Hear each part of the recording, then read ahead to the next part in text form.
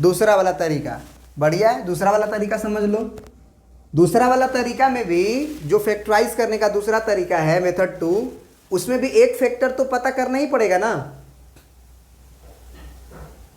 तो एक फैक्टर कैसे पता करते हैं, किनारे किनारे मल्टीप्लाई करते हैं 20 का x क्यूब में, तो 20 x क्यूब हो गया। अब इस 20 को फैक्टराइज करते हैं, 2 दहा में 20, 2 पचे 10, बस हो गया। तो 2 गुने ये 5 एक हम 5 कर देंगे, तो 2 गुने 2 गुने 5 गुने 1। अब सुनो ध्यान से, इसके कितने जीरोज हो सकते हैं वो पहले सोचो। इसके एक जीरो हो सकते हैं, x बराबर तुम्हारा 1, एक हो सकता है -1, एक हो सकता है 2, एक हो सकता है -2, एक हो सकता है 5, एक हो सकता है -5, एक और भी हो सकता है 2 दूना के 4, एक हो सकता है -4, एक और भी हो सकता है 5 दूना के 10, और एक हो सकता है -10, और भी हो सकता है 5 दूना 10 दूना 20, एक 20 हो सकता है और -20। ये जितने भी लिखे हुए हैं उसमें से कोई ना कोई एक ठो x का वैल्यू डालने से ये जीरो हो जाएगा। ये बात अपने दिमाग में रखो, कोई ना कोई एक को x का वैल्यू डालने से ये जीरो हो जाएगा, और जिस x के वैल्यूज को डालने से ये जीरो होगा वो कहलाएगा उसका जीरोस। समझ में आ रहा है बात?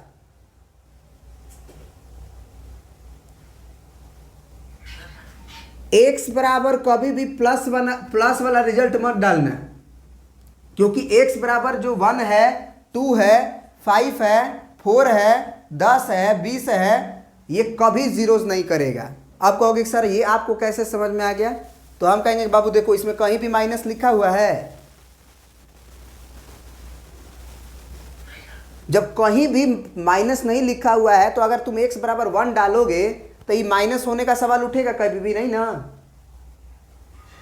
चाहे तुम x बराबर 2 डालोगे तो जब कैलकुलेशन होगा तो 2 का क्यूब होगा, 2 का स्क्वायर होगा, 32 गुना 2 होगा, ये सारे रिजल्ट प्लस में ही रहेंगे कि माइनस में होंगे?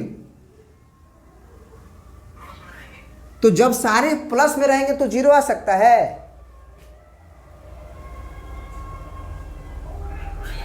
इसका मतलब हमारा सारा प्लस वाला रिजल्ट खत्म हो गया कि इसको डालने से कोई फायदा नहीं है, इसको डालने से कोई फायदा नहीं है क्योंकि ये जीरो नहीं देगा। तब सोचेंगे हम कि x बराबर -1 चलो डाल के देखते हैं, और x बराबर -1 डालने से कुछ ना कुछ माइनस हो जाएगा, कुछ प्लस हो जाएगा। तो माइनस डालेंगे तो ये माइनस का 1 का क्यूब होगा, अब प्लस 13 गुना -1 का स्क्वायर होगा, प्लस 32 गुना -1 होगा, और प्लस 20 होगा। अब जो है ये देखेंगे -1 का क्यूब -1 आएगा, ये माइनस नहीं आएगा क्योंकि ये -1 का स्क्वायर है तो ये प्लस बना लेगा, और प्लस प्लस का गुना होगा तो प्लस होगा, तो 13 होगा ही केवल, क्योंकि एक एकम एक है, 1 गुना 13 13। फिर ये माइनस का 32 आएगा, अब प्लस का 20 आएगा, प्लस वालों का एक साथ करो तो ये 13 हुआ और ये 20 हुआ, ये प्लस में है, और ये 32 और 1 33, तो -33 ये हुआ, और 13 और 20 ये भी तो 33 ना होगा। तो क्या ये जीरो आया? इसका मतलब कि x बराबर -1 अगर इसका जीरोज है, इसका मतलब कि x बराबर -1 डालने से इसका रिमाइंडर भी तो जीरो हुआ होगा, और x बराबर -1 डालने से रिमाइंडर जीरो हुआ। किसका रिमाइंडर जीरो हुआ? तो भैया इस -1 को जब इधर खींचोगे तो x + 1 से भाग देने से, इसको डिवाइड करने से रिमाइंडर जीरो हुआ। यही रिमाइंडर का वैल्यू है, ये जो वैल्यू पुट करके आता है। तो इसका मतलब ये हुआ, दिस इम्प्लाई, इस कहानी का मतलब -30 + 30 बराबर जीरो, माने x बराबर -1 डालने के बाद रिमाइंडर का जीरो आने का कहानी का मतलब इम्प्लाई करता है कि x + 1 इज अ फैक्टर। अब जरा सोचो कि x + 1 अगर इसका फैक्टर है, हमको ये बात पता चल गया, तो हम फिर से वही कहानी जो मेथड 2 से बता रहे थे कि x³ + 13x² और प्लस 32x और प्लस 20 बराबर जब लिखेंगे तो इस x + 1 को कै बार लिखेंगे? कै बार लिखेंगे बाबू? इसको मिटा सकते हैं? ओके, चलिए, तो हम क्या बोल रहे थे कि x प्लस वन जो फैक्टर आया उसको थोड़ा जगह छोड़ के, फिर थोड़ा जगह छोड़ के, फिर थोड़ा जगह छोड़ के आप क्या बार लिख लो? 3 बार लिख लो, क्योंकि पावर 3 है। लिख लिए? अब क्या करेंगे? अब हम सोचेंगे कि ये वाला चीज़ हमको पूरी तरह से उधर चाहिए, क्योंकि हमने लिखा है बराबर, तो इधर वाली चीज़ उधर वाली चीज़ के बराबर आनी चाहिए। तो उसके लिए हमको यहाँ x क्या चीज़ का गुना करेंगे कि एक्स क्यूब आएगा। एक एक ठो बस सोचेंगे, तो एक्स स्क्वायर का गुना करना होगा, तो एक्स क्यूब तो आ जाएगा, क्योंकि पावर 3 है। अगर पावर 4 रहता तो हम इसी x plus one x plus one x plus one को 4 बार लिखते। समझ में आए बात? पावर 5 होता तो वही x plus one x plus one x plus one को 5 बार लिखते। अब मैनेज करना शुरू करेंगे। एक्स स्क्वायर लिखें, एक्स स्क्वायर लिखने से जब गुना होगा तो एक्स क्यूब आ जाएगा, लेकिन उसी के साथ साथ हमारा एक और रिजल्ट आ जाएगा एक्स स्क्वायर प्लस में, आ जाएगा ना, प्लस एक्स स्क्वायर आ जाएगा, उसको रोक नहीं सकते हो। तो उस प्लस एक्स स्क्वायर को अगले से मैनेज करके हम सोचेंगे कि अब ये मेरा ये वाला नंबर है, 13x स्क्वायर है। तो अगर एक्स स्क्वायर आ चुका है, यानी कि प्लस 1x स्क्वायर आ चुका है, तो हमको 12x स्क्वायर की ज़रूरत है, क्योंकि 12x स्क्वायर और ये 1x स्क्वायर मिलकर 13x स्क्वायर हो जाएगा। क्या हम सही बोल रहे हैं? ठीक है, तो क्या हमको यहाँ पे प्लस 12x स्क्वायर लिखना चाहिए कि 12x लिखना चाहिए? x लिखना चाहिए, काहे कि गुना भी होना बाकी है। तो अगर x स्क्वायर लिख दोगे तो x क्यूब आ जाएगा, गड़बड़ा जाएगा का? x क्यूब से x स्क्वायर थोड़ी घटता है। 12x लिखेंगे तो 12x स्क्वायर और सॉरी, हाँ ठीक है, 12x स्क्वायर और 1x स्क्वायर मिलके 13 गो x स्क्वायर आ जाएगा। लेकिन कहानी बंद नहीं होगी, एक गो एक्स्ट्रा आएगा फिर से, क्योंकि अगला में भी तो मल्टीप्लाई होगा 1 में, तो 12 का x आ जाएगा एक्स्ट्रा में, प्लस में आएगा ना। उस 12x को रोक नहीं सकते हो तुम, वो आएगा ही आएगा। तो उसको देखो कि ये 32x लाना है, तो अगला से उसको मैनेज करेंगे। तो 32x लाना है, 12x आ रहा है पहले से, तो 22 गो x का जरूरत है हमको ना। ना, कितना का जरूरत है बाबू? 20 गो x का जरूरत है ना, क्योंकि 20 गो x रहेगा तो 12x से मिलके 20, अब 12 32x नहीं हो जाएगा? उसको हम कहाँ से पकड़े? मान लो अगर हमको कंफ्यूजन होगा तो कहाँ से पकड़ेंगे? कांस्टेंट टर्म हमको 20 नजर आया, हम सोचे कि 20 आएगा, आना चाहिए, तो यहाँ 20 लिखेंगे तभी ना।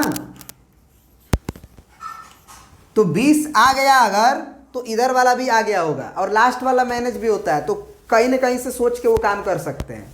तो 20 गो x उधर से आया और 12 गो x, 32 गो x भी पूरा हो गया। अब लास्ट वाला तो मैनेज होना ही है। क्यों मैनेज होना है? क्योंकि वो फैक्टर है, रिमाइंडर 0 आया था, वो आएगा ही आएगा, हमेशा आएगा। तो x प्लस 1 फैक्टर है, कॉमन ले लेंगे, इसमें बचेगा x स्क्वायर, इसमें बचेगा 12x, इसमें बचेगा 20x, सॉरी 20 ओनली, x नहीं। अब तुमको क्या नजर आया कि ये क्वाड्रेटिक को तो फैक्टराइज करने जानते हैं ना। 20 का फैक्टराइजेशन क्या होता है? 4 5 20 आ जाएगा ना उसके बाद। वैसे 20 का फैक्टराइजेशन क्या होगा जी? 2 गुने 2 गुने 5, तो 2 दूना 4, 4 5 20, तो 12 कैसे आएगा? अच्छा 10 और 2 से आ जाएगा, 5 दूना 10 और 2 12, नहीं आ जाएगा जी। तो एक्स स्क्वायर प्लस 10x अब प्लस 2x प्लस 20 लिख देंगे। अब तो समझ में आ गया होगा कि ये क्या करने वाले हैं। इन दोनों में क्या कॉमन? x कॉमन, तो क्या बचेगा? x प्लस 10 बचेगा। अगला में 2 कॉमन, क्या बचेगा? x प्लस 10 बचेगा। तो अब जरा देखो तो फिर से अंदर से क्या कॉमन,